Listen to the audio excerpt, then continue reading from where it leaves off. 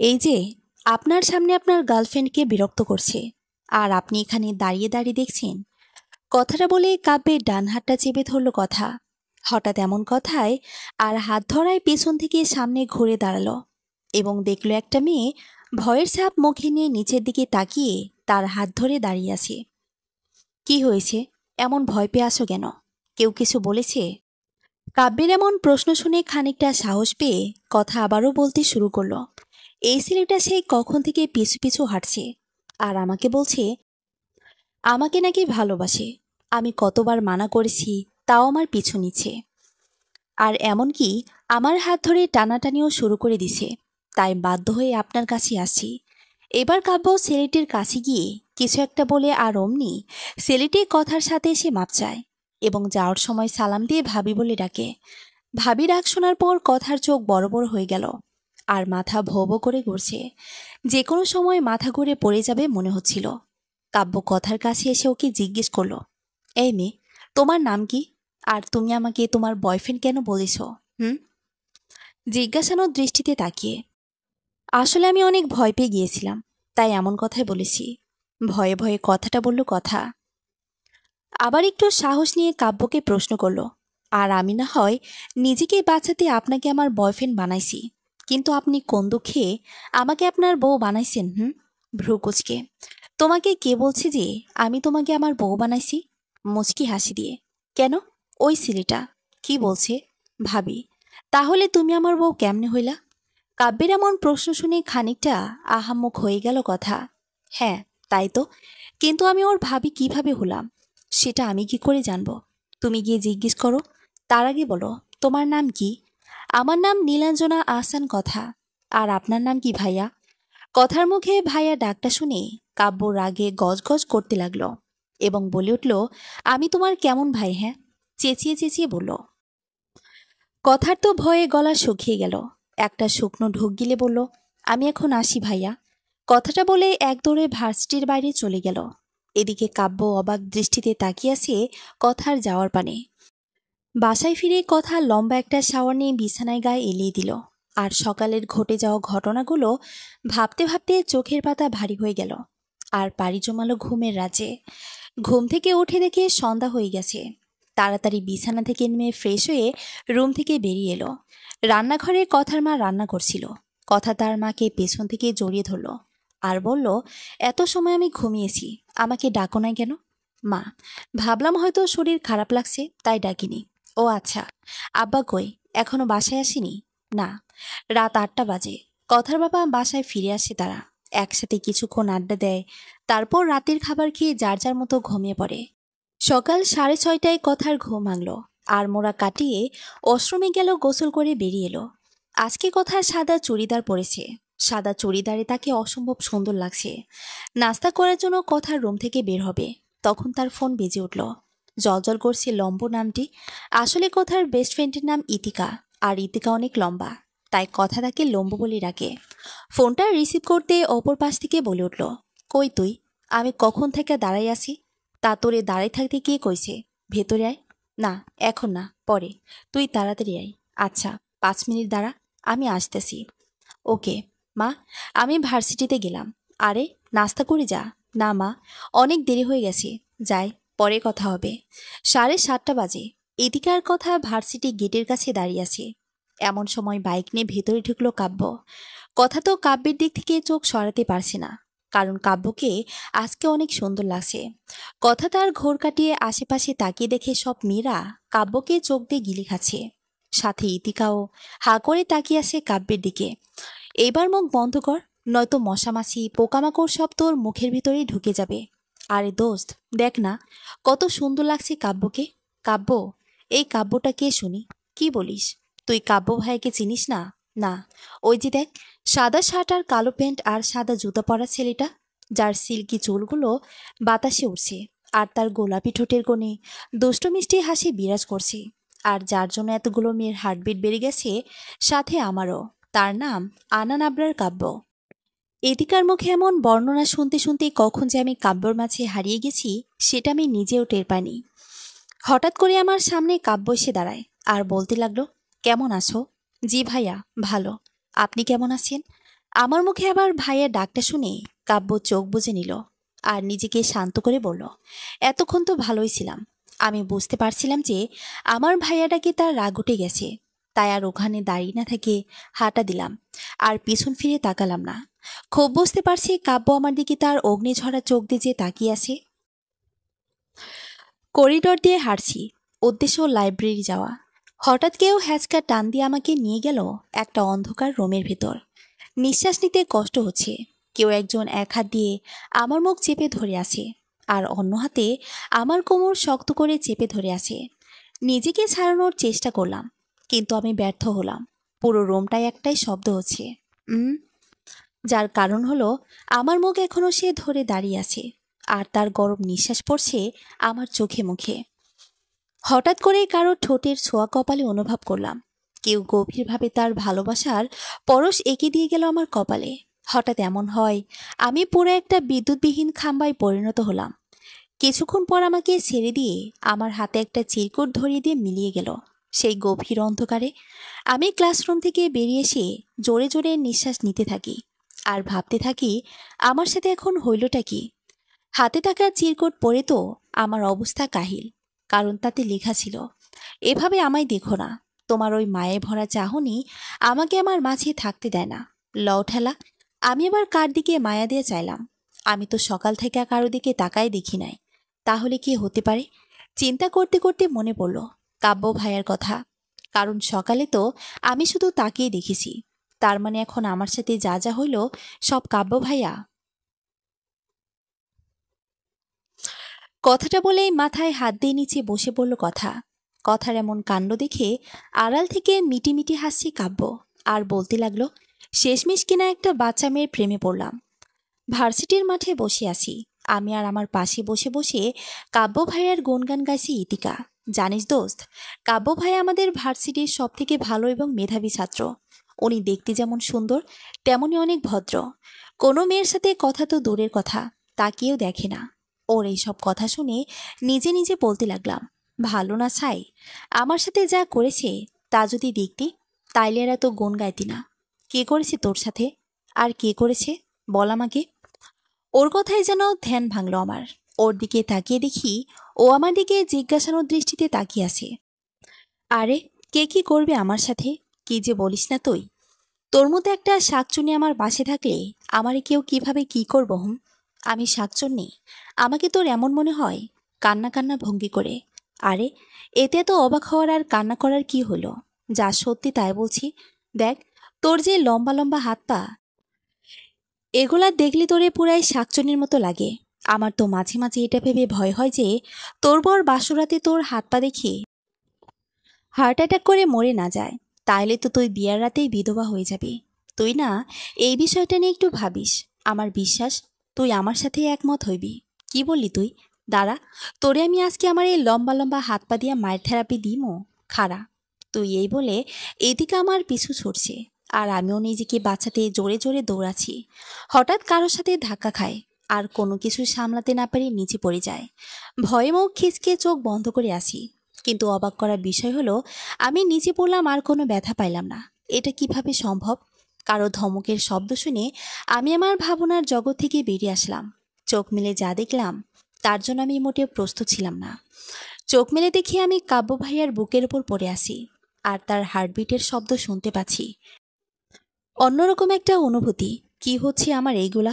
ভাবতে ভাবতে আবার তার ধমকে ঘোর কাটল। আমার তাড়াতাড়ি তার উপর থেকে উঠে দাঁড়ালাম। এই মেয়ে, তোমার কি সমস্যা? ঠিকমতো দেখে হাঁটতে পারো না? এতে দৌড়াদৌড়ি কিসের শুনি? এখনই তো পরে হাতে ব্যথা পাইতা। ধমক দিয়ে বললেন কথাগুলো। আসলে আমি দেখি নাই, সরি, একটু ভয়ে কথাটা বললাম। দেখবা কেমন করে? চোখ থাকলে তো দেখবা। মানে, আপনি কি বলতে চাইছেন আমি চোখে দেখি না? হ্যাঁ। কি দেখি না আমি? তুমি যদি চোখে দেখতে তাহলে আমাকে আর এত কষ্ট করতে হতো না। মানে বুঝি নাই, একটু বুঝাই বলেন। জিজ্ঞাসানোর দৃষ্টিতে তাকিয়ে। বুঝবা না? তোমার বয়স হয় নাই পিচ্ছি। কি? আমি পিচ্ছি? আপনি জানেন আমার বয়স 18 বছর 10 মাস 23 দিন। জুন মাসের 10 তারিখে 19 বছরে পা দিব। আর আপনি আমাকে পিচ্ছি বলতেছেন? জানেন, আমি এই ভার্সিটির ইংরেজি বিভাগে প্রথম বর্ষের ছাত্রী। তাহলে এখন আপনি আমাকে বোঝান, আমি পিচ্ছি কিভাবে হইলাম? আমার কথা শুনে উনি হুহা করে হেসে উঠল। আমি তার ওই হাসির দিকে তাকিয়ে তার হাসির মায়ে পড়ে গেলাম। ইস, কত সুন্দর লাগছে তাকে। মনে তো চাইছে তার গালে একটা চুমু দিয়ে দিতে। হঠাৎ ইদিকার ধাক্কাতে ঘোর কাটলো আমার। ও আমার কানের কাছে মুখ নিয়ে বলল, কথা, কাব্য ভাইয়াকে এসব কি বলছিস তুই?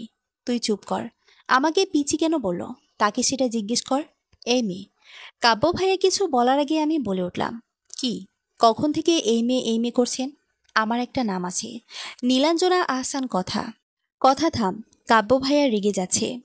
কাব্য ভাইয়ের রাগ উঠলে আমার কি? এত বড় বুড়া বেটা ঠিকমতো আমার নাম নিতে পারে না, আবার আমাকে বলে পিচ্ছি। আমি তো ঠিকই তার নাম নিতে পারি, সাথে ভাইয়াও ডাকি। আমার এমন কথায় আর বারবার ভাইয়া ডাকায় আমার দিকে তাকিয়ে ঝাঁঝালো কণ্ঠে বলে উঠল, আর একবার যদি ভাইয়া ডাকছো আর মুখে মুখে তর্ক করছো, তাহলে আমার থেকে খারাপ আর কেউ হবে না। Mind it. কথাটা বলেই উনি চলে গেলেন। আমি ওর ভাব নিয়ে চলে আসলাম বাসায়। বাসায় ফিরে গোসল করে খেয়ে দিলাম একটা লম্বা ঘুম। ঘুম থেকে উঠে দেখি ভাইয়া আমার পাশে বসে আছে। আমি তার দিকে তাকিয়ে অবাক হলাম। ভাইয়াকে জড়িয়ে ধরে জিজ্ঞেস করলাম, তোমার তো 1 সপ্তাহ পরে আসার কথা ছিল, এত তাড়াতাড়ি কিভাবে ফিরে আসছো? আমরা 2 ভাই বোন, ভাইয়া আমার বড়। ব্যবসার কাজে কিছু দিনের জন্য সিলেট গিয়েছিল, কাজটা তাড়াতাড়ি শেষ হয়ে গেছে, তাই ফিরে আসলাম। কেন, তুই খুশি হসনি? ভাইয়াকে আমারও জড়িয়ে ধরে বলে উঠলাম, তোমাকে অনেক মিস করছি আমি। তারপর ফ্রেশ হয়ে ভাইয়ার সাথে অনেকক্ষণ আড্ডা দিলাম। একটু পর আব্বা বাসায় আসলো। কিছু সময় আমরা সবাই একসাথে গল্প করলাম। তারপর রাতের খাবার খেয়ে যার যার মতো ঘুমিয়ে পড়লাম। ক্লাসে বসে বসে আমি সবার সাথে মজা করছিলাম। এমন সময় ক্লাসে ঢুকলো আমাদের প্রাণপ্রিয় সালাম স্যার, আর সাথে আছে কাব্য ভাইয়া। ফর্মাল ড্রেসে তাকে অসম্ভব সুন্দর লাগছে, তার থেকে চোখ সরাতে কষ্ট হচ্ছে। কিন্তু কিছুক্ষণ পরে সালাম স্যারের মুখে যা শুনলাম, তার জন্য মোটেও প্রস্তুত ছিলাম না। আধা ঘন্টা হলো আমি কাব্য ভাইয়ের অফিস রুমে কান ধরে দাঁড়িয়ে আছি। বেটা হনুমান, হাতি, গরু, মহিষ, ছাগল একটা, দেখিস তোর কপালে বউ জুটবে না, আর যদি জোটে দেখবি তোর বউ অন্য কেউরে ভালোবাসে। মিলায় নিস, বেটা খাটাস, শয়তানের বন জামাই। কিছুক্ষণ আগে, সালাম স্যার, ডিয়ার স্টুডেন্ট, আজ থেকে তোমাদের নতুন ইংলিশ লেকচার হলো তোমাদের সবার প্রিয় এবং আমাদের ভার্সিটির গর্ব কাব্য। আশা করছি তোমরা কাব্যের কাছে অনেক নতুন নতুন কিছু জানতেও শিখতে পারবে। কথাটা শুনে তো আমার চোখে সর্ষে ফুল ফুটে উঠল, আর আমি ধপ করে বসে বললাম। সবাই দাঁড়িয়েছিল বলে আমার বসার পড়ার বিষয়টা কারো নজরে না পড়লেও কাব্য ভাইয়ার চোখ এড়ানি। সালাম স্যার চলে গেছে, কাব্য ক্লাস নিচ্ছে। ক্লাস প্রায় শেষ, তাই উনি সবার উদ্দেশ্যে বলল, কারো কোনো কিছু বুঝতে সমস্যা থাকলে আমাকে বলো। আমিও হুট করে বলে ফেললাম, আমার একটু সমস্যা আছে ভাইয়া। আর অমনি তার ক্লাসের সময় শেষ। আমি ওনার দিকে তাকিয়ে দেখি তার ঠোঁটের কোণে দুষ্টু মিষ্টি হাসি বিরাজ করছে। উনি আমাকে উদ্দেশ্য করে বলল, এখন তো সময় শেষ, তুমি আমার সাথে আমার অফিস রুমে আসো, আমি বুঝিয়ে দিচ্ছি। আমিও হাদারাম গাধার মতো রাজি হয়ে গেলাম। আর তারপর আমি এখন এই পরিস্থিতিতে, আমার ভুল হলো আমি তাকে ভাইয়া ডাকছি, আর সবাই দাঁড়িয়েছিল, কিন্তু আমি বসে পড়লাম কেন? তাই শাস্তিস্বরূপ কান ধরে দাঁড়িয়ে আছি। বর্তমান। মনে মনে কাব্য ভাইয়ের গোষ্ঠী উদ্ধার করছি, আর অসহায় চোখে তার দিকে তাকিয়ে আছি। কিন্তু বেটা খাটাসের বিন্দু পরিমাণ হেলদোল নেই। তার তো মনেই নেই যে আমি এখানে দাঁড়িয়ে আছি। ইতিমধ্যে আমার ভাবনার অবসান ঘটিয়ে অবশেষে সে আমার দিকে তাকিয়ে মিটিমিটি হাসি আর বলছে, আশা করি আজকের এই শাস্তি তোমার মনে থাকবে, আর কখনো ভুল করে আমাকে ভাইয়া ডাকার দুঃসাহস দেখাবে না, ঠিক আছে? এখন তুমি যেতে পারো। ওনার এমন বয়ান শুনে রাগে গজগজ করতে করতে বলে উঠলাম, ঠিক আছে ভাইয়া। ওপস, সরি, মিস্টার আবরার কাব্য স্যার। আমার কথা শুনে উনি আস্তে আস্তে আমার দিকে আসছে, আর আমি ভয়ে শুকনো ঢোক গেলে পিছাতে লাগলাম। পিছুতে পিছুতে আমার পিঠ দেয়ালের সাথে লেগে গেল। এদিকে কাব্য তার বাঁ হাত দেয়ালের একপাশে আটকে দাঁড়িয়ে আছে, আর অন্য হাতে তার চোরগুলো ঠিক করছে, আর বলছে, তোমার এই রাগ আর বাচ্চামির জন্য তোমাকে আধ ঘন্টা কান ধরে দাঁড়িয়ে থাকতে হয়েছে, এতে আমার কোনো দোষ নেই। আর এতক্ষণ যে তুমি মনে মনে আমার 14 গোষ্ঠী উদ্ধার করছো, এটার জন্য তোমাকে কোনো শাস্তি না দিয়ে ভালো করে বুঝিয়ে তোমাকে যেতে দিচ্ছি। সেই জন্য তুমি আমাকে ধন্যবাদ না দিয়ে আবার মুখে মুখে তর্ক করছো? এই রে, আমি যে মনে মনে ওনাকে ঝাড়ছি, এটা কি করে বুঝলো? কি হলো? কথার মুখে কথা নেই কেন? সরি ভাইয়া, সরি সরি। আর কোনোদিন ভাইয়া বলবো না স্যার। এবারের মতো মাফ করে দেন প্লিজ। আর এমন ভুল করব না, প্লিজ। আচ্ছা ঠিক আছে, মাফ করব, কিন্তু একটা শর্ত আছে।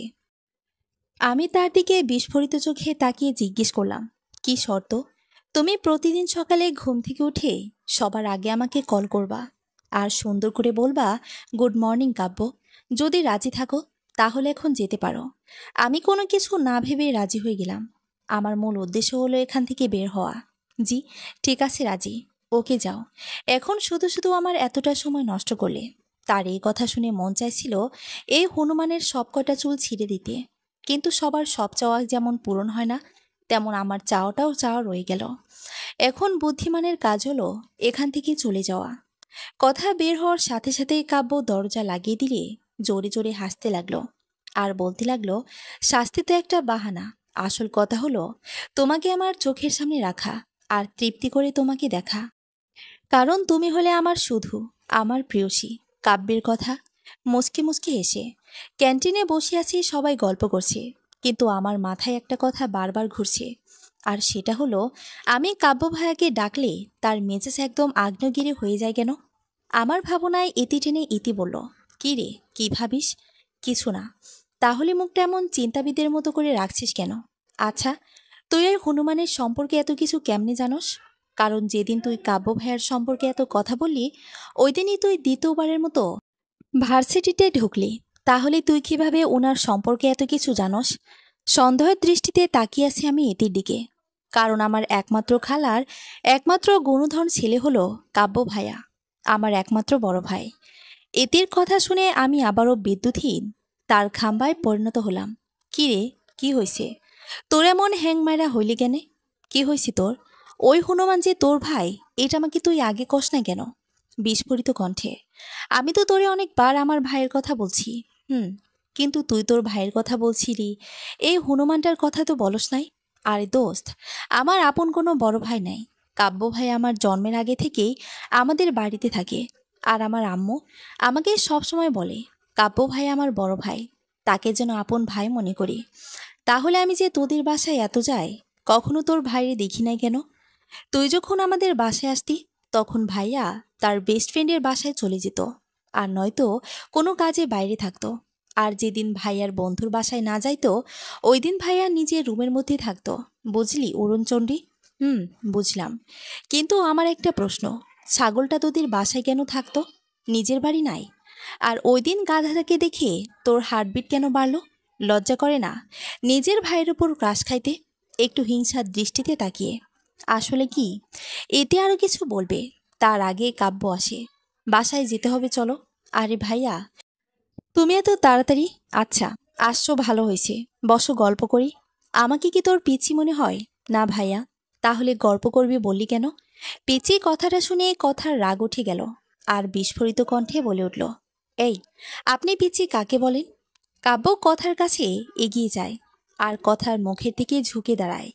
কাব্য ভাইয়া আমার কাছে এসে আমার মুখের সামনে ঝুঁকে দাঁড়ালেন। কিছুক্ষণ আমার দিকে তাকিয়ে থেকে বলে উঠল, ভুল হয়ে গেছে। তোমাকে পিচি না বলে মিনি সাউন্ড বক্স বললে বেশি ভালো হতো। আর এই নামটা তোমার সাথে অনেক বেশি মানায়। একটু ভাব নিয়ে কথাটা বলল। ওনার এমন কথা শুনে আমার রাগটা আকাশচুম্বী হয়ে গেল। নিজেকে কন্ট্রোল করতে না পেরে আমার হাত দুটো তার বুকের উপর রেখে আস্তে করে তাকে ঝুঁকে থাকা থেকে সোজা করে দিলাম আর নিজেও দাঁড়িয়ে পড়লাম আর বলতে শুরু করলাম, আপনার সাহস কি করে হয় আমাকে মিনি সাউন্ড বক্স বলার? হুঁ, প্রথমে আমাকে পিচি বলেন, আবার এখন মিনি সাউন্ড বক্স কেন? আমি কি আপনার নিজস্ব সম্পত্তি যে যখন খুশি তখন ভিন্ন ভিন্ন নামে ডাকবেন? কথার এমন কাজে কাব্য অবাক হয়ে তাকিয়ে আছে আর ভাবছে কথা তার বুকের উপর হাত রেখে দাঁড়িয়ে আছে। নিজের ভাবনার এতে টেনে কাব্য বলে উঠল, তোমার সাহস কি করে হয় আমাকে টাচ করার? হ্যাঁ, আর তুমি যদি কথায় কথায় চিল্লাচিল্লি না করতে আর মুখে মুখে তর্ক না করতে, তাহলে তো তোমাকে আর এই নামটা দিতে হতো না। কাব্যের ভাইয়ের কথা শুনে তৎক্ষণাৎ তার বুকের উপর থেকে হাত সরিয়ে নিলাম আর অপরাধীর মতো নিচে তাকিয়ে সরি বললাম। আর বেশি দেরি না করে তাড়াতাড়ি সেখান থেকে বেরিয়ে পড়লাম। এদিকে কাব্য তাকিয়ে আছে কথার যাওয়ার পানে। রাস্তা দিয়ে হাঁটছি আর ভাবছি, আমি কাব্যের বুকের উপর হাত রাখার পর ওর হার্টবিটের গতি ভয়ঙ্করভাবে বেড়ে গিয়েছিল। ওর হার্টবিটগুলো আমি অনুভব করতে পারছিলাম। শব্দগুলো যেন আমায় বলছিল, তুমি শুধু আমার। আমার অনেক লজ্জা লাগছে। কী সব উল্টাপাল্টা ভাবছি আমি। ওনার হার্টবিট আমাকে এগুলো বলতে যাবে কেন? ওই হনুমানটা তো আমাকে দেখলেই বকাবকি, ধমক আর শাস্তি দিতে ব্যস্ত হয়ে পড়ে। কিন্তু ওই দিন ওই অন্ধকার ক্লাসরুমে কাব্য ভাইয়া যে আমাকে না না, ধুর, কি ভাবছি আমি। কাব্য ভাইয়া কেন আমার সাথে এমন করবে? আর আমি তো ছেলেটার মুখ দেখিনি। তাহলে কে ছিল সে? উফ, আমি আর ভাবতে পারছি না। হাতে কলম আর টেবিলের উপর তার ব্যক্তিগত ডায়েরি নিয়ে বসে আছে কাব্য। তার ঠোঁটের কোণায় বিরাজ করছে মুচকি হাসি। আর ভাবছে ক্যান্টিনে ঘটে যাওয়া ঘটনাগুলো।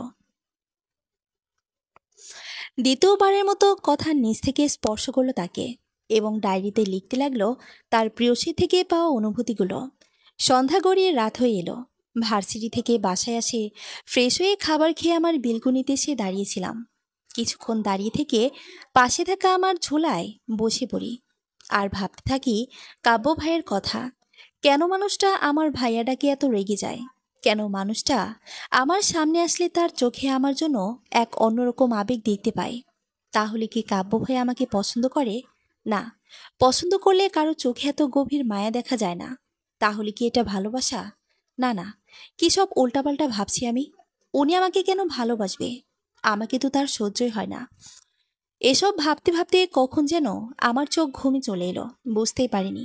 ঘুম থেকে উঠে দেখি 8:30 বাজে। ঝোলা থেকে উঠে রুমে গিয়ে ফ্রেশ হয়ে বাইরে এলাম। দেখি ভাইয়া কার সাথে যেন কথা বলছে আর হাসতে হাসতে গড়াগড়ি খাচ্ছে। আমাকে দেখে হাতের ইশারায় বসতে বলল।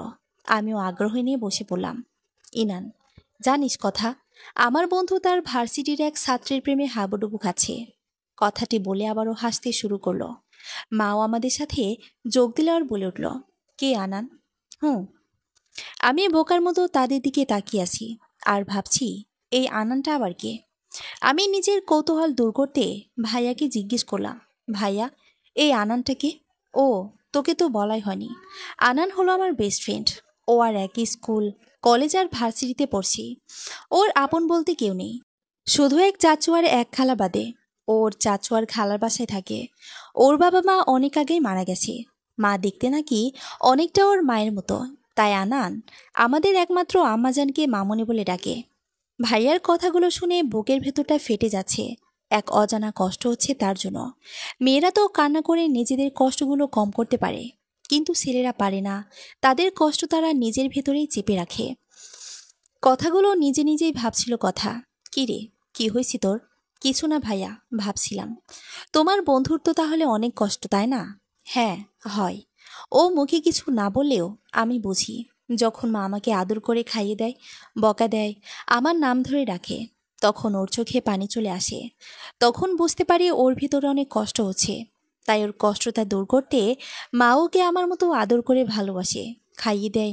তোমার বন্ধু কি প্রায় আমাদের বাসায় আসে? হুম। তাহলে আমি দেখি না কেন? তুই যখন বাড়িতে থাকিস না তখন আসে। ও, হুম। অনেক কথা বলে ফেলেছি, এখন যা, খাওয়া দাওয়া শেষ করে ঘুমা যা, মাথায় একটা চাটি মেরে। আহ ভাইয়া, মারো কেন? এতক্ষণ তো ভালোই ছিলা। বেশি আদর দিলে পারে তুই আমার ঘাড়ে উঠে নাচবি। তাই তোকে সোজা রাখার জন্যে একটু চাটি মারলাম। তাহলে আমি কি এখন বাঁকা নাকি? সোজাও না, আবার বাঁকাও না, মাঝামাঝি। এসব বলে শুরু হয়ে গেল ভাই বোনের খুনসুটির ঝগড়া। কিন্তু হঠাৎ করেই আবার আমার মনটা খারাপ হয়ে গেল আনান ভাইয়ের কথা ভেবে। সত্যি, লোকটা অনেক একা।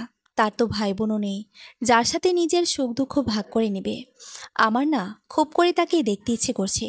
যদি একবার নিজ চোখে তাকে দেখতে পারতাম, একটু কথা বলতে পারতাম। রাতের খাবার শেষ করে নিজের রুমে গিয়ে বিছানায় শুয়ে পড়লাম। একটা ঘুম এক ঘুমে সকাল হয়ে গেল। আর আমার ঘুম ভাঙল বিরক্তিকর একটা শব্দে।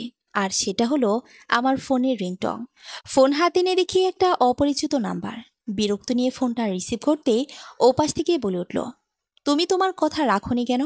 গত 15 মিনিট ধরে বুক সেলফের ওপর থেকে একটা ফাইল নিচে নামানোর চেষ্টা করছি, কিন্তু আমি ব্যর্থ। আমার এই ফাইল নিচে না নামতে পারলে আমি এই হনুমানের অফিস রুম থেকে বের হতে পারবো না। ফ্ল্যাশব্যাক। তুমি তোমার কথা রাখোনি কেন? অপরিচিত নাম্বারে পরিচিত কারো কণ্ঠ শুনে ধরফরিয়ে শোয়া থেকে উঠে বসলাম। কণ্ঠটা আমার খুব চেনা। হ্যাঁ, এটা কাব্য ভাইয়া। কিন্তু সে আমাকে এত সকালে কেন কল করলো? এইসব ভাবতে ভাবতে আবার তার কণ্ঠ শুনে হুঁশ ফিরল আমার। হ্যালো, তুমি কি আমার কথা শুনতে পারছো? নাকি আবার ঘুমিয়ে পড়েছো কোনটা? শুনতে পাচ্ছি। কিন্তু আপনি আমাকে এত সকালে কল কেন করলেন? কলটা আপনার করার কথা ছিল মিস নীলাঞ্জনা। আমার মানে? হুট করে মনে পড়ল কালকের সেই শর্তের কথা। ও সরি সরি, আমি ভুলে গেছিলাম। এইবারের মতো মাফ করে দেন প্লিজ। আর এমন ভুল করব না। আর আপনার নাম্বারটাও আমি হনুমান, সরি, কাব্য ভাইয়া, সরি, কাব্য দিয়ে সেভ করে রাখবো। তাও প্লিজ বকা দিয়ে না। কথার এমন কথা শুনে কাব্য বোকাবনি চলে গেল। আচ্ছা বকবো না, সত্যি। হুম, এখন তোমাকে যেটা বলতে বলেছিলাম সেটা বলো। ও, এখন? এখনও তো কখন? দুপুরে? না মানে বলছিলাম, যেটা বলতে বলছেন সেটাই বলতে হবে। হুম, আচ্ছা বলছি। গুড মর্নিং কাব্য ভাইয়া। বলেই কলটা কেটে দিলাম আর জোরে জোরে নিঃশ্বাস নিতে লাগলাম। এভাবে কি কারো নাম নেওয়া যায়? কথার এমন আচমকা কল কেটে দেওয়াতে কাব্য রাগ করার বিনিময়ে মুচকি এসে বলে উঠল, তুমি তো আমাকে আবার একটা নতুন বাহানা তৈরি করে দিলে প্রিয়সী। কাব্য ভাইয়ের সাথে কথা বলে টাইম দেখে তো আমি শেষ অলরেডি 7টা বাজে। আর আজকে আমার 8:30টায় ক্লাস আছে। তাই আর দেরি না করে তাড়াতাড়ি ফ্রেশ হয়ে নাস্তা করলাম। আর ভাইয়াও অফিসে যাওয়ার জন্য বের হচ্ছিল। তাই আমি ভাইয়াকে বললাম, ভাইয়া, তুমি কি আমাকে একটু ভার্সিটিতে নামাই দিতে পারবা? একটু কেন, পুরোটাই দিতে পারবো। একটু মজা করে। উফ, এখন মজা করো না, এমনি লেট হয়ে গেছে। চলো তাড়াতাড়ি। আচ্ছা চল। ভার্সিটির গেট থেকে একটু দূরে দাঁড়িয়ে আছে কাব্য। অপেক্ষা করছে তার প্রিয়সীর জন্য। কিছুক্ষণ পর কাব্য দেখতে পেল কথা একটা ছেলের বাইক থেকে নামছে। কথাটি ছেলেকে জড়িয়ে ধরে কিছু একটা বলছে।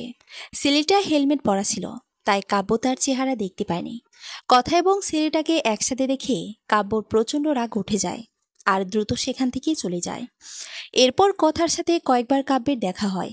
কথা কাব্যের সাথে সকালের বিষয়ে কথা বলতে চায়, কিন্তু কাব্য কথাকে এড়িয়ে চলে। এতে কথার অনেক খারাপ লাগে এবং কাব্যের এমন ব্যবহারে কথার ভীষণ রাগ লাগে। আর মনে মনে ভাবতে থাকে কাব্যের অফিস রুমে গিয়ে কাব্যের সাথে কথা বলবে। যেই ভাবা সেই কাজ।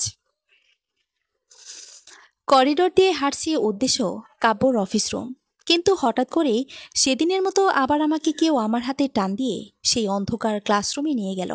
সেদিনের মতো লোকটা আমার মুখ চেপে ধরে দাঁড়িয়ে আছে। চোখের সামনে পুরো অন্ধকার, কিছুই দেখা যাচ্ছে না। কিন্তু আমি কিছু অনুভব করতে পারছি। তার নিঃশ্বাসের শব্দগুলো শুনতে পারছি।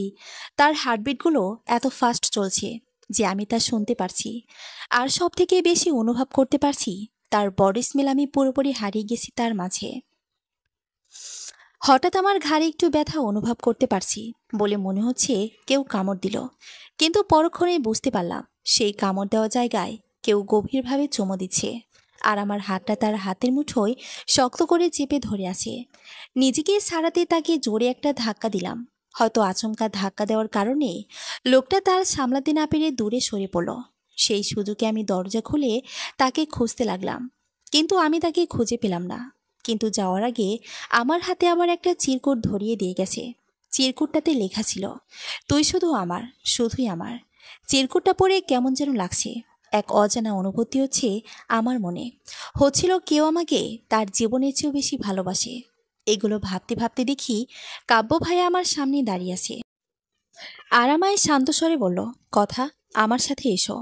কথাটা শুনে আমার একটু কেমন যেন লাগলো। প্রথমবারের মতো কাব্য ভাইয়া আমার নাম ধরে ডাকছে, কিন্তু তার মুখে আমার নাম নেওয়াটা আমি মেনে নিতে পারছি না। বুকের ভেতরটা দৌড়ে মুচড়ে যাচ্ছে।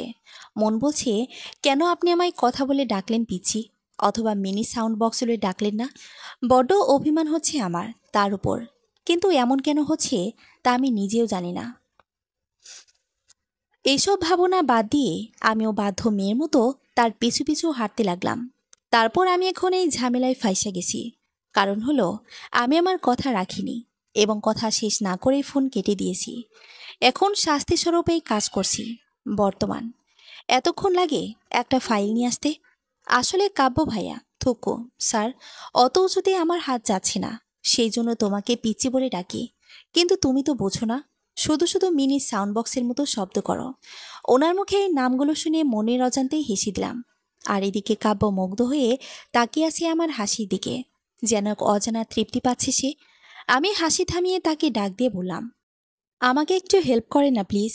আমার কথায় তার ঘোর কাটল, আর একটু পিছনে গিয়ে একটা চেয়ার এনে বলল, এটার উপর দাঁড়িয়ে কাজটা শেষ করো তাড়াতাড়ি। আমি লাফ দিয়ে উঠে পড়লাম চেয়ারে, আর ফাইলটা খুব সহজে পেরে নিলাম। কিন্তু বিপত্তি ঘটে নামার সময়। চেয়ার থেকে নামতে গিয়ে মুখ থুবড়ে পড়ে যেতে নেই, কিন্তু পড়ার আগেই কাব্য ভাইয়া আমায় ধরে ফেলে আর কোলে তুলে নেয়।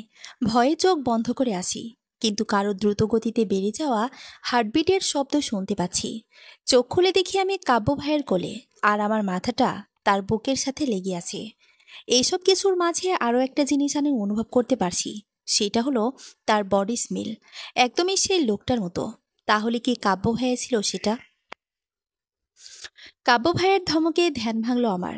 দেখে নামতে পারো না? পড়লে কি হতো বুঝতে পারছো? তুমি এতটা কেয়ারলেস কেন তুমি? কথাটা বলেই কোল থেকে নামিয়ে দিল, আর আমার বাহু দুটো চেপে ধরল। সরি, আমি বুঝতে পারিনি, প্লিজ রাগ করিয়েন না। আমার কথা একটু শান্ত হয়ে বলে উঠল, তুমি এখন যাও। আমিও চলে আসতে নিলাম, কিন্তু কাব্য ভাই আবার বলে উঠল, দাঁড়াও।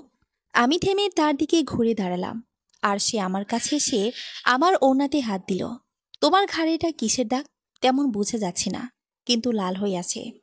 আমি ভয়ে শুকনো ঢোক গিলে বলতে লাগলাম, কাব্য ভাইয়া, আমি আপনাকে কিছু বলতে চাই। আচ্ছা, পরে বলো, এখন আমার সাথে এসো। কোথায়? তোমার গলাটা লাল হয়ে আছে, একটু মলম লাগিয়ে দিই, ঠিক হয়ে যাবে। কথাটা বলে আমার গলায় তার হাত দিয়ে মলম লাগিয়ে দিতে লাগলো। আমি চোখ বন্ধ করে দাঁড়িয়ে আছি। কাব্য ভাইয়ার হাতের ছোঁয়ায় আমি বারবার কেঁপে উঠছি। আর এটা দেখে কাব্য ভাইয়া বলে উঠল, এত কাঁপাকাঁপির কি আছে? আজকে তো প্রথমবার নয় যে তোমাকে আমি টাচ করছি। কি?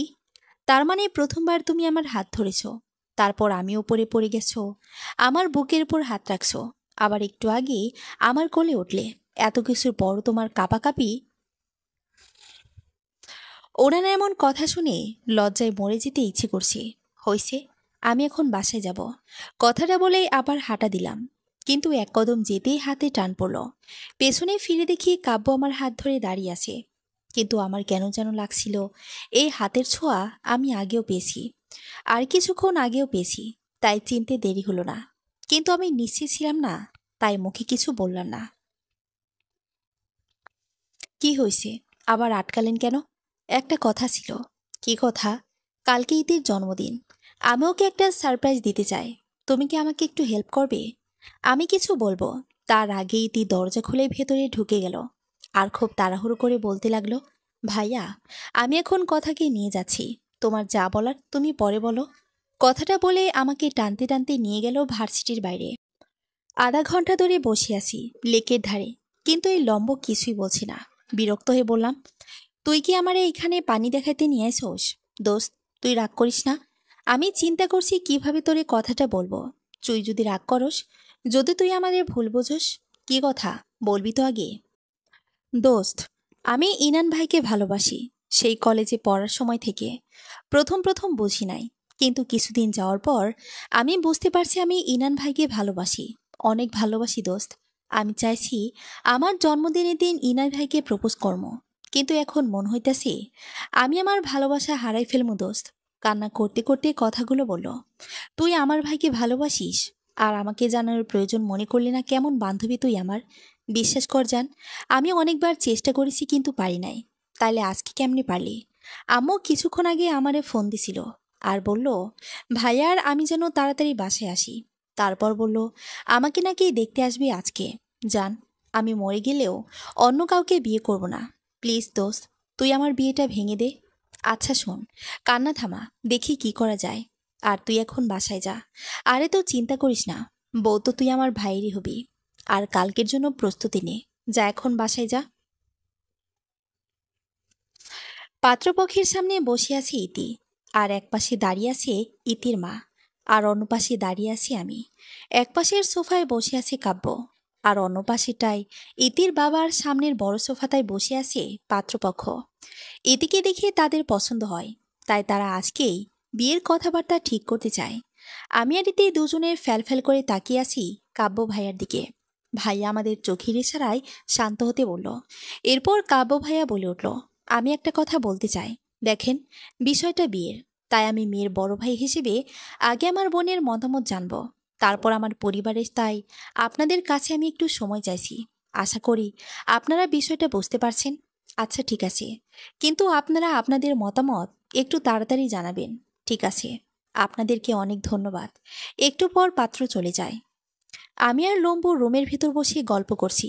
দোস্ত, তুই এটা কিভাবে করলি? আর ভাইয়াকে কিভাবে রাজি করলি? এটা না হয় আমি বলি। দরজায় হেলান দিয়ে দাঁড়িয়ে কথাটা বলল কাব্য। 2 ঘন্টা আগে আমি দৌড়াচ্ছি আর কাব্য ভাইয়াকে খুঁজছি, কিন্তু কোথাও পাচ্ছি না। তাই বাধ্য হয়ে তাকে ফোন দিলাম 2বার। রিং হওয়ার পর রিসিভ করলো উনি। কিছু বলার আগে আমি বললাম, যেখানেই থাকেন না কেন 2 মিনিটের মধ্যে আমার সাথে দেখা করেন। আমি আপনার অফিস রুমে আছি। বলেই ফোনটা কেটে দিলাম। আমাকে অবাক করে দিয়ে ফোনটা কাটার সাথে সাথেই সে দৌড়ে অফিস রুমে ঢুকলো আর আমাকে শক্ত করে জড়িয়ে ধরলো আর বলতে লাগলো, কি হয়েছে তোমার? কেউ কিছু বলছে? কেউ কিছু করছে? কোথায় ব্যথা পাইছো? অনেকটা আতঙ্কিত হয়ে কথাগুলো বলছিল সে। আমি তার ভয়টা বুঝতে পারছি আর তার হার্টবিটগুলো শুনতে পাচ্ছিলাম। আর সেই বডি স্মেল আমার আর বুঝতে বাকি রইল না সেই লোকটা কাব্য ভাইয়া ছিল। আমি আনমনে একটু হেসে তাকে ছাড়িয়ে বললাম, দেখেন, আমি একদম ঠিক আছি, কিচ্ছু হয়নি আমার। আমার কথায় হুঁশ ফিরল তার, আর দ্রুত আমার কাছ থেকে দূরে সরে দাঁড়ালো আর বলল, এইভাবে কেউ ফোন দিয়ে আসতে বলে? হুম, আমি বুঝতে পারিনি, সরি। ঠিক আছে, এখন বলো, কি জন্য এত জরুরি তলব দিছো? আজকে এদিকে দেখতে আসবে, আর আপনাকে এই বিয়ের কথাবার্তা বন্ধ করতে হবে। কেন? কারণ এটি আমার ভাইকে ভালোবাসে। আর তোমার ভাইয়া? জানি না, কিন্তু আমার ভাইয়া আমার কথা ফেলবে না।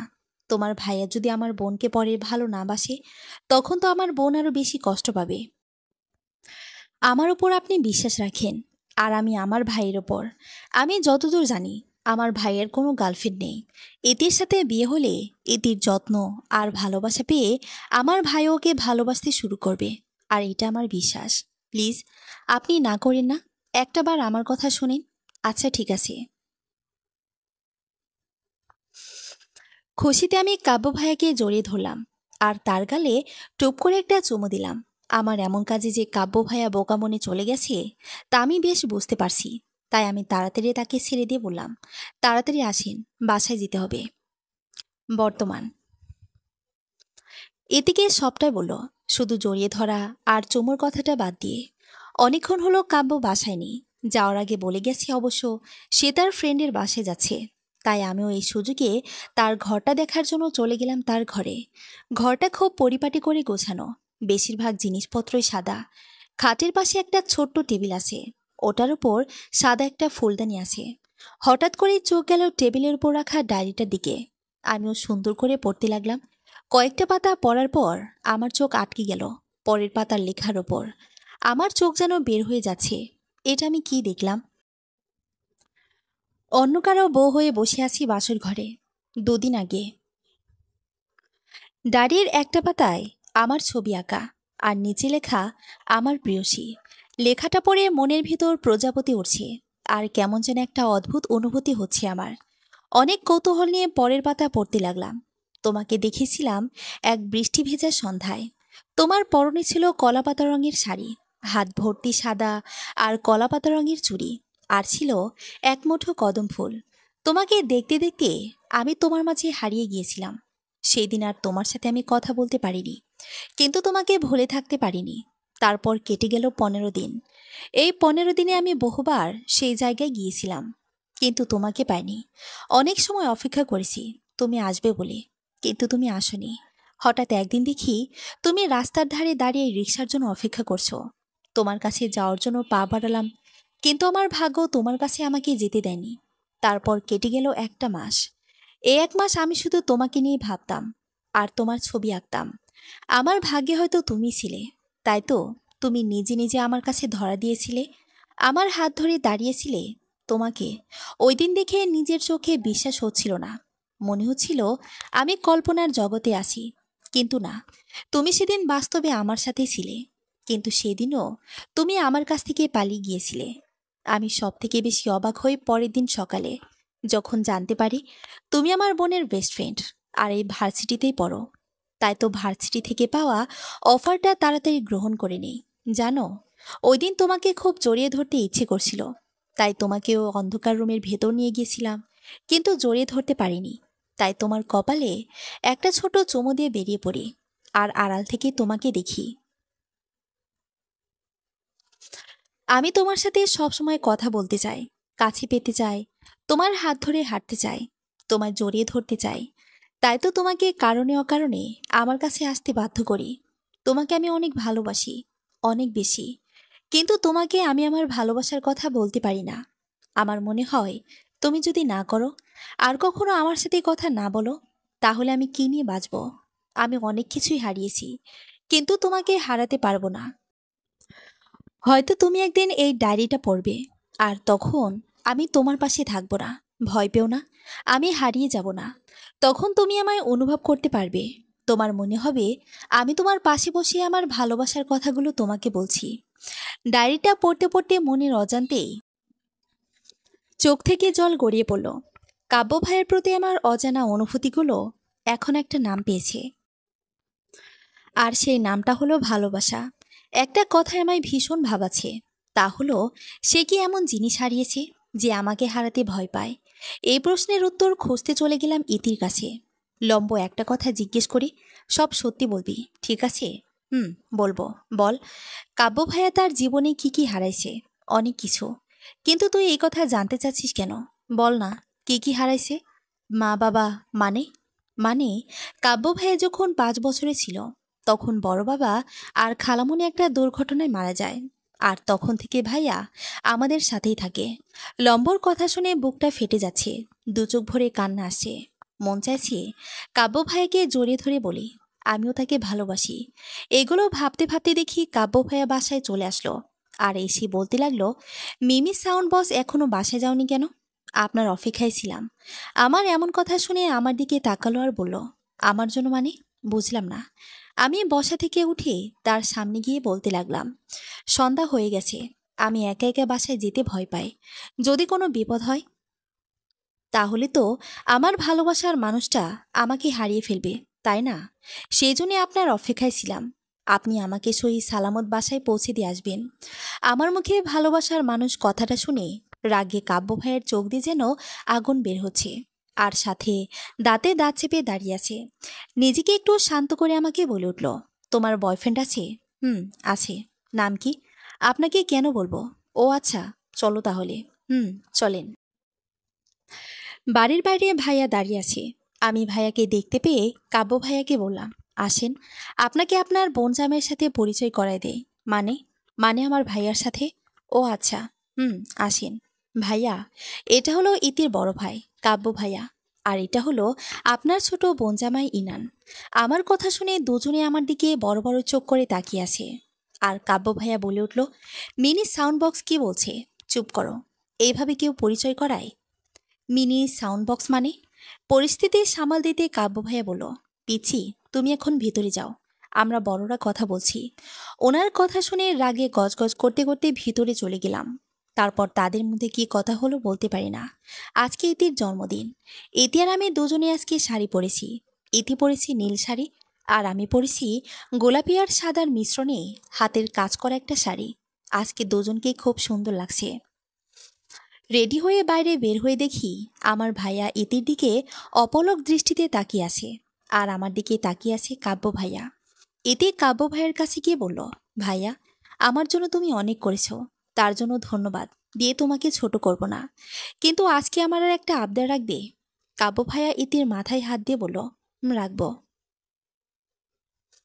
ইতি দৌড়ে গিয়ে একটা গিটার নিয়ে আসলো, আর কাব্য ভাইয়াকে বলল, একটা গান শোনাবে? কাব্য ভাইয়া আমার দিকে তাকিয়ে একটু মুচকি হাসি দিয়ে বলল, হুম, গাইব। কথাটা বলেই গিটারটা হাতে তুলে নিল আর গাইতে শুরু করলো, তুমি না ডাকলে আসবো না। কাছে না এসে ভালোবাসবো না, দূরত্বকে ভালোবাসা বাড়ায়, নাকি চলে যাওয়ার বাহানা বানায়?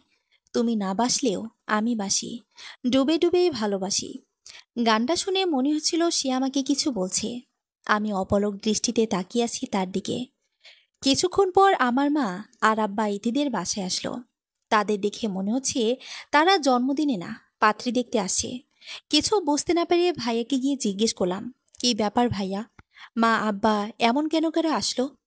বিয়ের আগে প্রেম করা আমি পছন্দ করি না, তাই একেবারে বিয়ে করে পরে বউয়ের সাথে প্রেম করবো, বুঝলি? হুম, বুঝেছি। আমার ভাই যে সুপার ফাস্ট, এটা আজকে জানতে পারলাম। চিন্তা করিস না, কালকে আরো কিছু জানতে পারবি। মানে? এত মানে বুঝিস কেন তুই?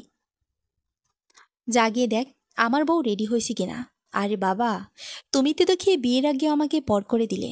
এত চাপ নিস না, তোরে কালকে বাড়ি থেকে বিদায় করে দেব। এখন যা, আর ইতিকে নিয়ে নিচে আয়। ভাইয়ের কথায় গাল ফুলিয়ে ডাকতে গেলাম ইতিকে, কিন্তু ইতির রুমে যাওয়ার আগে কেউ আমার হাতে টান দিয়ে নিয়ে গেল কাব্য ভাইয়ের রুমে।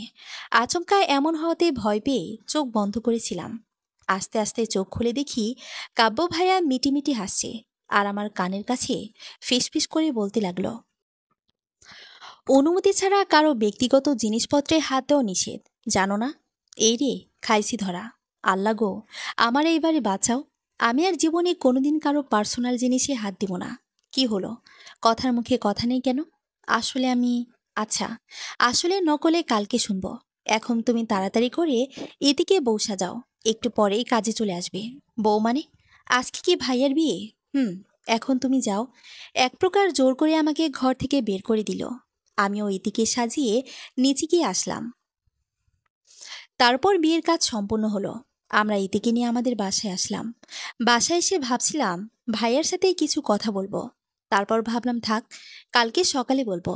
তারপর আমি আর দেরি না করে ঘুমিয়ে পড়লাম। খাটের এক কোণে বসে আছে ইতি। ইনান ঘরে ঢোকা মাত্রই ইতি সালাম করলো ইনানকে। ইতি, তুমি আমার পায়ে ধরে সালাম কেন করলে? এটা নাকি নিয়ম? ঠিক আছে, আর কোনোদিন এমন করবে না, বুঝতে পারছো? হুম। আচ্ছা, এখন হাতটা দাও। কেন? এত কেন কেন করো কি জন্য? হাত দিতে বলছি দাও। ইতির হাতে একটা আংটি পরিয়ে দিল আর বলল, এভাবে আমাকে ভালোবাসবে? কথাটা শুনে ইতি ইনানকে জড়িয়ে ধরল আর বলল, হুম, বাসবো। কিন্তু আমার একটা প্রশ্ন আছে। কী প্রশ্ন? এত সব কিছু কিভাবে হইল? মানে একদিনের মধ্যে বিয়ে? আচ্ছা শোনো, গতকাল তোমার ভাইয়া তোমার বিষয়ে সব আমাকে বলে, আর আমি বিয়ের আগে প্রেম ভালোবাসা পছন্দ করি না, তাই তোমাকে বিয়ে করে এনেছি। আর মা বাবাও আগে থেকেই তোমাকে আমার জন্য পছন্দ করে রাখছিল, তাই আর দেরি না করে বিয়ে করে নিছি, বুঝেছো? আমার পিচ্চি বউ, এখন আর কিছু জিজ্ঞেস করো না। অনেক ক্লান্ত আমি। ফ্রেশ হয়ে এসো, নামাজ পড়ে ঘুমাবো। সকাল 10টা বাজে। ঘুম ভাঙলো আমার। বাইরে বেরিয়ে শুনি আজকে নাকি আমার বিয়ে। আমার মাথায় কিছু ঢুকছে না, শুধু বুক ফেটে কান্না আসে। কোনো উপায় না পেয়ে কাব্য ভাইয়াকে ফোন দিলাম, কিন্তু ফোনটা বন্ধ বলছে। এদিকে জিজ্ঞেস করলাম কার সাথে আমার বিয়ে। ইতি বলল সেও জানে না। ভাইয়া শুধু ইতিকে বলেছে আমাকে বউ সাজাতে। দুপুর 1টা, বর আসছে। এদিকে পাঠালাম বর দেখতে, কিন্তু আমি এখানেও হতাশ। বর নাকি ফুলের পাগড়িতে মুখ ঢেকে রাখছে। আমার মাথা ঘুরছে। পরিবারের সম্মান রাখতে কবুল বলে দেই, আর কিছু মনে নেই। চোখ খুলে দেখি আমি বাসর ঘরে শুয়ে আছি। আস্তে আস্তে শোয়া থেকে উঠে বসলাম। আমার চোখের পানি আজকে আমার কথাই শুনছে না, নিজের মতো করেই বয়ে যাচ্ছে। শেষবারের মতো একটাবার আমি আমার ভালোবাসার মানুষটিকে দেখতে পেলাম না। একটু জড়িয়ে ধরতে পারিনি, শেষ বিদায় নিতে পারিনি। বুক ফেটে কান্না আসে। এসব ভাবতে ভাবতেই চোখ গেল বেলকনির দিকে। একটা ছায়া দেখা যাচ্ছে, হয়তো যার সাথে আমার বিয়ে হয়েছে সে দাঁড়িয়ে আছে। গুটি গুটি পায়ে তার কাছে গিয়ে দাঁড়ালাম। লোকটা আমার দিকে পিঠ দিয়ে সামনের দিকে তাকিয়ে আছে। আমি তার মুখটা দেখতে পারছি না। আমি বেশি কিছু না ভেবেই তাকে বললাম, আপনার কাছে একটা আবদার করব, প্লিজ আমাকে ফিরিয়ে দেবেন না? আমি একজনকে ভালোবাসি, কিন্তু তাকে কখনো বলা হয়নি, আর হয়তো হবেও না। কিন্তু শুধু একটা বার তাকে দূর থেকে দেখতে চাই। প্লিজ আমাকে আপনি তার কাছে নিয়ে যাবেন। এখন নিতে হবে না, কালকে সকালে নিয়ে গেলে হবে। আর আপনি চিন্তা করবেন না, আমি পালিয়ে যাব না। কথাগুলো অনেক কষ্টে বলে শেষ করলাম, কিন্তু আমার সামনে থাকা মানুষটি কোনো কথা বলল না। তার থেকে কোনো সাড়া না পেয়ে কষ্টটা আরও বেড়ে গেল। আর কান্নার গতিও বেড়ে গেল। শব্দ করে কান্না করছি। আমার সামনে থাকা লোকটা এবার আমার দিকে ঘুরে দাঁড়ালো, কিন্তু অন্ধকারে তার চেহারাটা তেমন বোঝা যাচ্ছে না। সে আমার কাছে আসে আমাকে আলতো করে জড়িয়ে ধরল। তার হাতের ছোঁয়া আমার খুব চেনা, তার বডি স্মেল এটাও আমার চেনা। তাহলে কি এটা কাব্য ভাইয়া? আমার ভাবনার অবসান ঘটিয়ে অবশেষে সে আমার কানের কাছে মুখ নিয়ে ফিসফিস করে বলল, কালকে কেন? আর দূর থেকে কেন? এখনই দেখো, আর খুব কাছ থেকে দেখো। তার কণ্ঠটা শুনে আমার আর বুঝতে বাকি রইল না। তাই আমিও তাকে শক্ত করে জড়িয়ে ধরলাম। আপনি কই ছিলেন? আপনাকে কত ফোন দিছি জানেন? আপনার ফোন বন্ধ ছিল কেন? এখন দেখেন, আবারও আপনি আমাকে হারিয়ে ফেলছেন। সত্যি আমি আপনার ভাগ্যে নেই। আর সেজন্য হয়তো আমার মনের কথাগুলো বলার আগেই আমি অন্য কারো হয়ে গিয়েছি। কে বলেছি তুমি অন্য কারো? তুমি শুধু এই আনান আবরার কাব্যের। ওনার কথা শুনে তাকে ছিঁড়ে দিলাম আর হাত ধরে টেনে রুমের ভিতর নিয়ে আসলাম। এখন আর এসব বলে লাভ নেই। আর আপনি এখানে কিভাবে আসলেন কেউ দেখে নাই? কেউ দেখলে খারাপ ভাবে। চলে যান আপনি। হেসকে তুলতে তুলতে। আমার বাড়ি, আমার ঘর, আর সব থেকে বড় কথা, তুমি আমার বউ। আর তোমার সাথে আমাকে দেখলে কেউ কেন খারাপ ভাবে? আমি আপনার বউ না, আমি অন্য কারো বউ। আর এটা আপনার বাড়ি না, আর না এটা আপনার ঘর। তুমি আমার বউ না তো কার বউ? নাম কি তোমার বরের? নাম জানি না। নিচের দিকে তাকিয়ে, মানে কাজে যখন তোমার সামনে আমার নাম বলেছি, তুমি শোনো নাই? না, আমি তখন কিছু শুনি নাই। আমার মনে মস্তিষ্কে শুধু আপনি ঘুরপাক খাচ্ছিলেন। একবার তো মন চাইছে বিয়ের আসর থেকে দৌড়ে পালিয়ে আপনার কাছে চলে আসি, আর আপনার বুকের ভেতর লুকিয়ে থাকি কান্না কান্না কণ্ঠে। আমার কাছে কেন আসতে চাইছো তুমি? তোমার না বয়ফ্রেন্ড আছে, তার কাছে যাওনি কেন? মুখ টিপে হেসে, আমার কোনো বয়ফ্রেন্ড নেই। তাহলে আমাকে কেন বলছিলা? ওইটাই তো আপনাকে রাগানোর জন্যই বলছি। কেন? উফ, এত কেন কেন করেন কেন? আরে আজব তো, তুমি বিয়ের দিন তোমার বয়ফ্রেন্ডের চিন্তা না করে আমার চিন্তা করছো। আবার আমাকে ফোনও দিছো, আমাকে জড়িয়ে ধরে অনেক কিছু বলছো। কেন করছো আমার জানতে হবে তো। ভালোবাসি তাই। নিচের দিকে তাকিয়ে, তুমি আমাকে ভালোবাসো? কিন্তু কবে থেকে? আগে শুধু ভালো লাগতো, কিন্তু আপনার ডায়েরি পড়ে বুঝতে পারি আমি আপনাকে ভালোবাসি। আর এটাও নিশ্চিত হই যে ওই অন্ধকার রুমের মানুষটা আপনিই ছিলেন। তুমি কি ভাববে বুঝলে ওইটা আমিই ছিলাম। আপনার নিঃশ্বাস, আপনার হার্টবিটের শব্দ, আপনার স্পর্শ, আপনার বডি স্মেল, এইগুলো আমি মনে রাখতাম। আমি যখনই আপনার কাছে যেতাম এই জিনিসগুলাই অনুভব করতাম। তাই আপনাকে চিনতে আমার কষ্ট হয়নি। এখন আর এইগুলা বলে লাভ নেই। আপনাকে দেখার ইচ্ছে ছিল, এখন সেটাও পূরণ হয়েছে। কেউ দেখে ফেলার আগেই আপনি চলে যান। কেউ কিচ্ছু বলবে না। আমি সবার সামনে দিয়ে তোমাকে এই ঘরে নিয়ে আসি। এখন তুমি আমার সাথে আসো। তোমাকে সব বুঝিয়ে বলছি। মানে কোথায় যাব, আর কি বুঝাই বলবেন? আরে আসো তো আগে। আমার হাত ধরে খাটের উপর বসিয়ে দিলেন, আর নিজেও বসে পড়লেন। আর বলতে লাগলো, তুমি যেদিন আমাকে তোমার ভাইয়ার সাথে পরিচয় করিয়ে দিলে, সেই দিনই আমি আবারও অবাক হই এটা জেনে যে তুমি আমার বেস্ট ফ্রেন্ড ইনানের বোন। আমি তার কথায় অবাক হয়ে তাকে জিজ্ঞেস করলাম, মানে আপনি আমার ভাইয়ের বন্ধু আনান? হুম। ওই দিন মিনি সাউন্ড বক্স মানে? কথাই কি তোর প্রেয়সী? হুম। কিন্তু আমি জানতাম না যে ও তোর বোন। দোস্ত, এখন কি তুই আমার ভালোবাসার ভিলেন হিসেবে আসবি? আরে শালা, কি বলিস তুই? আমি অনেক খুশি যে আমার বোন তোর মধ্যে একটা মানুষ পাইছে। দোস্ত, এখন আমি সত্যি তোর শালা হব। মানে বুঝলাম না। তুই ইতিকে চিনিস? হুম। কথার বান্ধবী, অনেক ভালো মেয়েটা, আর সুন্দরীও। ও আমার বোন আর তোকে ভালোবাসে। আজকে ওকে দেখতে আসছিল। ইতি কথাকে জানায়, আর ও তোকে ভালোবাসে, তাই কথা ওর বিয়ে ভেঙে দেয়। আর ইতিকে ওয়াদা করে যে ওর বিয়ে তোর সাথেই হবে। তাই ও আমাকে তোর সাথে কথা বলতে নিয়ে আসে। দোস্ত, আমার বোনটা তোকে সত্যি অনেক ভালোবাসে। আমি তোকে বলছি না যে তুই ওকে বিয়ে কর, শুধু এইটুকু বলবো, প্লিজ বিষয়টা একটু ভাবিস। হুম। বুঝলাম। আয়, একসাথে বিয়ে করি। মানে? মানে আমি তোর বোনকে, আর তুই আমার বোনকে। কালকে আমি তোর বোনকে বিয়ে করব, আর পরশু তুই আমার বোনকে। আর তার পরের দিন বৌভাতের অনুষ্ঠান, এক খরচে দুই বিয়ে, কি বলিস? শালা, কি বুদ্ধি তোর মাথায়! কিন্তু তোর বোন মিনি সাউন্ড বক্স রাজি হবে আমাকে বিয়ে করতে? আর আজকেও বলল ওর নাকি বয়ফ্রেন্ড আছে। আরে মিথ্যে কথা, ও তোকে ভালোবাসে কিনা সেটা জানি না, কিন্তু তোকে ওর খুব ভালো লাগে। ওই দিন আমি ওর ঘরে একটা কাজে গিয়েছিলাম, পরে দেখি ওই ডায়েরিতে ওর ভার্সিটির স্যার কাব্যকে নিয়ে কিছু লেখা। আমি ভাবলাম হয়তো অন্য কেউ, কিন্তু এখন তোর কথা শুনে বুঝতে পারলাম এটা তুই। তাই প্যারা নিস না। এখন চল, আব্বা আমার সাথে বিয়ের ব্যাপারে কথা বলি। দোস্ত, আমার একটা বুদ্ধি আছে। কি বুদ্ধি শুনি? শোন। আমি এদিকে জানাবো না যে কালকে তোর সাথে ওর বিয়ে, শুধু খালামণি আর ছোট বাবাকে বলবো। আর তুইও ইতিকে বলবি না যে আমার সাথে কথার বিয়ে, আর কথা কেউ না।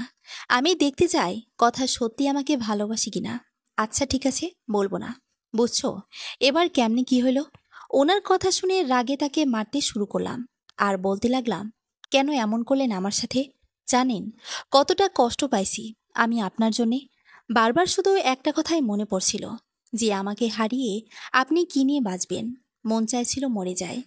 আমার মুখে মরে যাওয়ার কথা শুনে কাব্য ভাই আমাকে শক্ত করে জড়িয়ে ধরল, মনে হচ্ছিল আমার সবকটা হাড্ডি ভেঙে যাচ্ছে। জান, এমন কথা আর কখনোই মুখে আনবে না।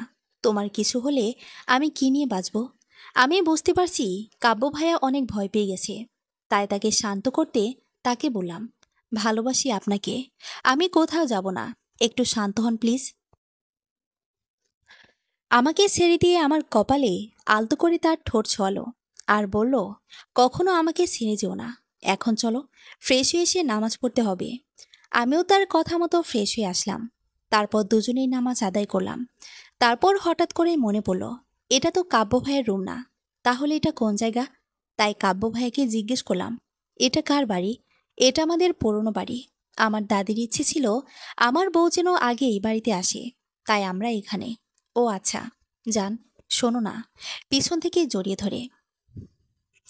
তার এমন করে জড়িয়ে ধরায় আমার কাঁপাকাঁপি শুরু। আর ঘাবড়ে গিয়ে বলে ফেলাম, কাব্য ভাইয়া, কি করছেন? ছাড়েন। আমার মুখে ভাইয়া ডাক শুনে সে আমাকে তার মুখোমুখি দাঁড় করালো আর বলে উঠল, আবার ভাইয়া ডাকছো? আচ্ছা ভালো হয়েছে, এখন শাস্তি ভোগ করো। কথাটা বলে আমার ঠোঁটজোড়া দখল করে নিল। আমি কিছুই বুঝতে না পেরে ঠায় দাঁড়িয়ে আছি। একটু পরে সে আমাকে ছেড়ে দিল আর কোলে তুলে নিল আর বিছানায় শুয়ে দিল। তারপর লাইট অফ। তারপর আপনাদের লিখিকা আর কিছু দেখে নাই। দেখব কেমনে, ঘরে তো অন্ধকার ছিল। আজানের ধ্বনি শুনে ঘুম ভাঙল আমার। পাশ ফিরে তাকিয়ে দেখি কাব্য আমায় জড়িয়ে ধরে শুয়ে আছে। আমি তাকে আস্তে আস্তে ডাক দিলাম, এই শুনছেন? ওঠেন, যান, ঘুমাইতে দাও। না, ওঠেন, নামাজ পড়তে হবে। এখন তো উঠতে হবে। তারপর আমরা ফ্রেশ হয়ে নামাজ পড়ে নিলাম। তারপর বেলকনিতে গিয়ে দাঁড়ালাম। কাব্য ভাই আমাকে পেছন থেকে এসে জড়িয়ে ধরে আছে আর বলছে, তোমাকে অনেক ভালোবাসি, প্লিজ কখনো আমাকে ছেড়ে যেও না। আমি ভুল করলে আমাকে শাসন করো, কিন্তু ছেড়ে যেও না। আমি তার দিকে ঘুরে তার বুকে মাথা রাখলাম আর বললাম, ছেড়ে যাওয়ার জন্য কি আপনাকে জড়িয়ে ধরেছি? আমার কথা শুনে সে একটু হেসে আমার কপালে আলতো করে একটা চুমু দিল। সময়টা ভালোই কাটছে। একটু পরে নিচে গেলাম। দাদি সবার সাথে আমাকে পরিচয় করিয়ে দিল। সেখানে খালামণি আর ছোট বাবা দুজনেই ছিল। দেখে মনে হলো কাব্যর হঠাৎ বিয়ে করায় সবাই একটু অবাক, কিন্তু দুজন মানুষ খুব বিরক্ত। এক হলো কাব্যর বড় চাচি আর একজন হলো তার মেয়ে। সকালে রান্না শেষ করে কাব্য রুমে গেল আর যাওয়ার আগে আমাকে তাড়াতাড়ি ওপরে যেতে বলল। আমিও তার কথা মতো ওপরে গেলাম। দরজাটা হালকাভাবে চাপানো ছিল। একটু ভালো করে খেয়াল করলে ঘরের ভেতর কি হচ্ছে সেটা বুঝে যাবে। আমি দরজার পাশে যেতেই শুনতে পেলাম, কাব্য, কেন তুমি আমাকে ভালোবাসতে পারলে না? কিসের অভাব ছিল আমার মধ্যে? বুকের উপর থেকে ওড়নাটা সরিয়ে দিয়ে, সুহানি, সুহানি, তোকে আমি আগেও বলেছি, এখনো বলছি, তোর মতো বেহায়া মেয়ে আমি আমার জীবনে দুইটা দেখছি কিনা সন্দেহ আছে। আর বললি না তোর মধ্যে কিসের অভাব আছে? তোর মধ্যে লজ্জা, আত্মসম্মান আর হায়ার অভাব আছে। যদি তোর মাঝে সামান্য লজ্জা থাকতো তাহলে তুই আমার কাছে আসার চেষ্টা করতি না। শেষের কথাটা শুনে আমার গা জ্বলে উঠল। আমি আর এক মুহূর্ত দেরি না করে ঘরের ভিতর ঢুকলাম আর বলতে লাগলাম, তোমার এত সাহস কি করে হয় শুনি? তুমি কোন সাহসে আমার ঘরে আসছো? হুঁ, শুধু ঘরে না, আমার স্বামীর কাছেও আসতে চাইছো? তুমি এত নির্লজ্জ কেন? এই মেয়ে, মুখ সামলে কথা বলো। ধমকের সুরে। আমি এই মেয়ে না, আমি মিসেস আবরার কাব্য। কথা। আর তোমার বড় ভাইয়ের একমাত্র প্রেয়সী, বুঝতে পারছো? তাই আমাকে ভাবি বলে ডাকবে। আর একটা কথা মন দিয়ে শোনো, তুমি এতক্ষণ যে নোংরামিগুলো আমার স্বামীর সাথে করতে চাইছো, এর কাজগুলো ভুল করেও আর করতে এসো না। আর কখনো যদি তোমাকে আমার কাব্যের আশেপাশে দেখি, তাহলে আর তোমাকে ছেড়ে দিয়ে কথা বলবো না। তখন তুমি বুঝতে পারবে এই নীলাঞ্জনা আবরার কথা কী জিনিস। এখন আমার রুম থেকে বের হয়ে যাও। আমার এমন ব্যবহার দেখে কাব্য আমার দিকে ভয়ের চোখে তাকিয়ে আছে, আর সুহানি আমার দিকে রক্তচক্ষু করে কিছুক্ষণ তাকিয়ে থেকে চলে গেল।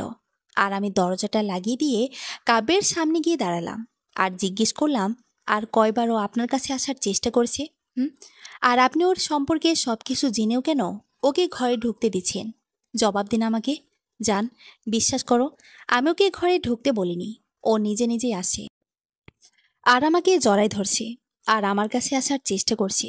কি ওই রাক্ষসী আপনাকে জড়ায় ধরছে? আর এই কথাগুলো আপনি আমাকে এখন বলতেছেন? চলেন আমার সাথে। কোথায়?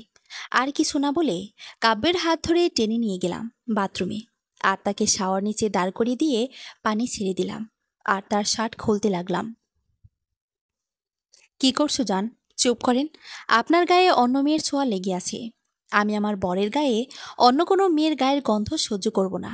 এই বলে তার শার্ট খুলে দিলাম আর তার বুকে পিঠে নিজের হাত দিয়ে ঘষতে লাগলাম। হঠাৎ করে কাব্য আমাকে টান দিয়ে তার বুকের সাথে আমাকে চেপে ধরল আর বলল, এত ভালোবাসা আমাকে আগে তো জানতাম না। কিন্তু তোমার এই ভালোবাসা দেখে যে আমার তোমাকে আদর করতে ইচ্ছে করছে। ইচ্ছে করছে করেন। আমি কি না করছি? কথাটা শেষ করতেই কাব্য আমার ঠোঁটে ঠোঁট ডুবিয়ে দিল। আমিও রেসপন্স দিলাম। কিছুক্ষণ পর কাব্য আমার ঘাড়ে গলায় চুমু খাচ্ছে আর আলতো করে কামড় দিচ্ছে। একটু পরে সে আমাকে কোলে তুলে নিল আর রুমে চলে এলো। সময়ের সাথে তাল মিলিয়ে পূর্ণতা পেল আমাদের এই পবিত্র সম্পর্ক, স্বামী স্ত্রীর সম্পর্ক। দুপুরবেলা আমি আর ইতি খুব সুন্দর করে সেজেগুজে বসে আছি। একটু পরে আমরা সবাই কমিউনিটি সেন্টারে যাব। সেখানে আমার ভাইয়ার প্ল্যান অনুযায়ী আমাদের বৌভাতের আয়োজন করেছে। আমরা দুজন স্টেজে বসে আছি। আমাদের সামনে অপরাধের মতো দাঁড়িয়ে আছে ভাইয়া আর কাব্য। বনু শোন, এই কাব্য আমাকে এমনটা করতে বলেছিল। হা হা। উনি বললেন, আর তুমি রাজি হয়ে গেলে? এখন যদি উনি বলে ইতিকে অন্য কারোর সাথে বিয়ে দিতে দিলে, তুমি তো এটাও রাজি হয়ে যাবে। আমি কি পাগল নাকি যে ওর কথা শুনি আমি আমার বউকে আরেকজনের হাতে তুইলা দিমু? তাইলে আমারে কেমনি দিলা?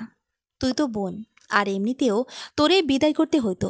তাই ভাবলাম এই গাধাটার সাথে তোর বিয়ে দিয়ে দে। শালা, তুই যে তোর বোনের বিয়ের খরচ বাঁচাতে ওরে আমার কাছে বিয়ে দিলি, সেটা বলবে কে? তাদের এমন যুক্তিহীন কথা শুনে আমি আর রীতি হা করে তাকিয়ে আছি। বৌভাতের অনুষ্ঠান শেষে আমরা সবাই আসলাম আমাদের বাসায়। যদিও কথা ছিল আমি আর কাব্য যাব আমাদের বাসায়, আর ভাই আর ইতি যাবে ইতিদের বাসায়। কিন্তু আমি আর ইতি সবাইকে জানিয়ে দেই আমরা চারজন একসাথে দুই বাসায় যাব। আমাদের কথায় প্রথমে বড়রা রাজি ছিল না, কিন্তু ভাগ্য করে দুই বান্ধবী দুইটা বর পাইছি, তারাই পরে সবাইকে রাজি করায়। ভালোই যাচ্ছে দিনগুলি। দেখতে দেখতে বিয়ের 2 বছর হয়ে গেল। ভাই আর ইতির কোল আলো করে এলো এক ছোট্ট রাজকুমার।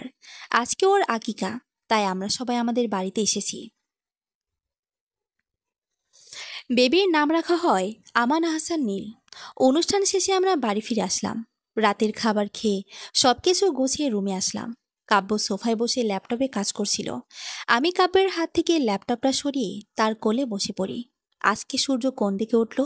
আমার বউ নিচ থেকে আমার কাছে আসে। সূর্য তার সঠিক জায়গায় আসে। ও আচ্ছা, তাহলে ম্যাডাম বলেন, এই অধম বেচারা আপনার জন্য কি করতে পারে? আমাকে শক্ত করে জড়িয়ে ধরেন। কখনো আমাকে ছেড়ে দিয়েন না। জান, কি হয়েছে? এমন কথা কেন বলছো?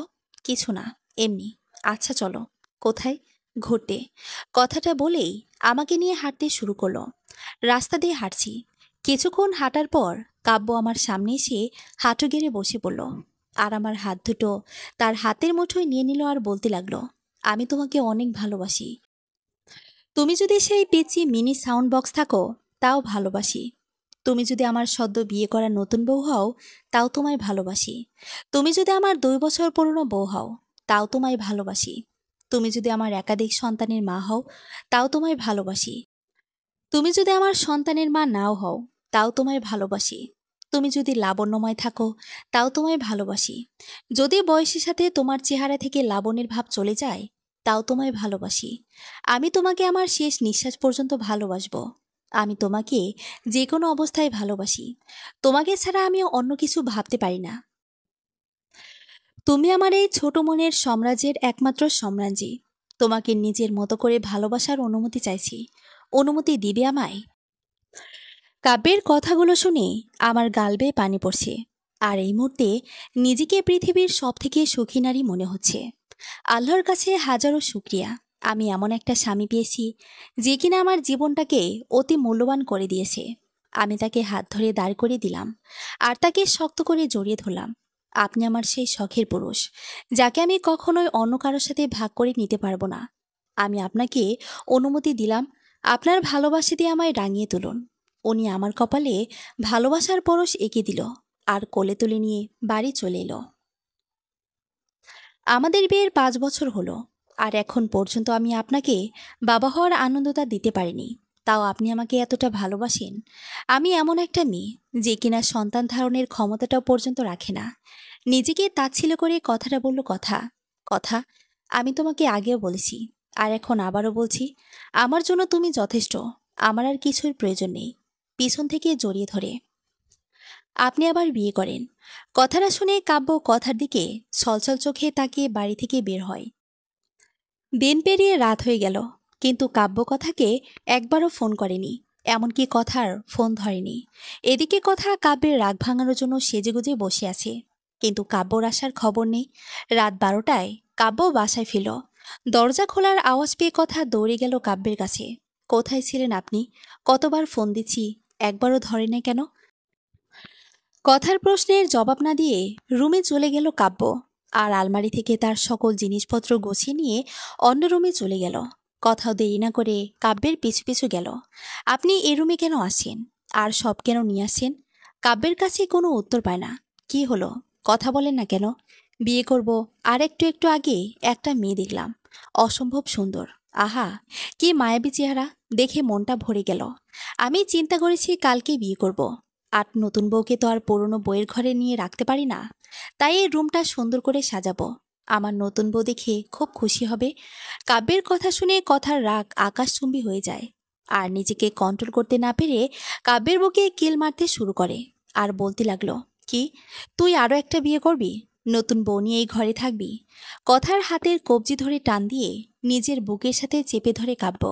যে জিনিস নিজেই সহ্য করতে পারবে না সেটা আমাকে কেন করতে বলো? তুমি জানো, আমি তোমাকে ছাড়া অন্য কোনো মেয়ের দিকে চোখ তুলে দেখি না। তুমি ছাড়া আমার জীবনে আগেও কখনো ভালোবাসা ছিল না, আর এখনো নেই, ইনশাল্লাহ আর কখনো হবেও না। তুমি আমার প্রথম ও শেষ। আমি সারা জীবন তোমার মাঝে হারিয়ে থাকতে চাই। আমি অন্য কারো কাছ থেকে পূর্ণতা নিয়ে তোমাকে ছাড়া থাকতে পারবো না। আমি তোমাকে ছাড়া অপূর্ণ, কিন্তু আমি তো আপনাকে বাবা হওয়ার সুখটা দিতে পারি না। লাগবে না আমার এমন সুখ। আমার শুধু তোমাকেই চাই।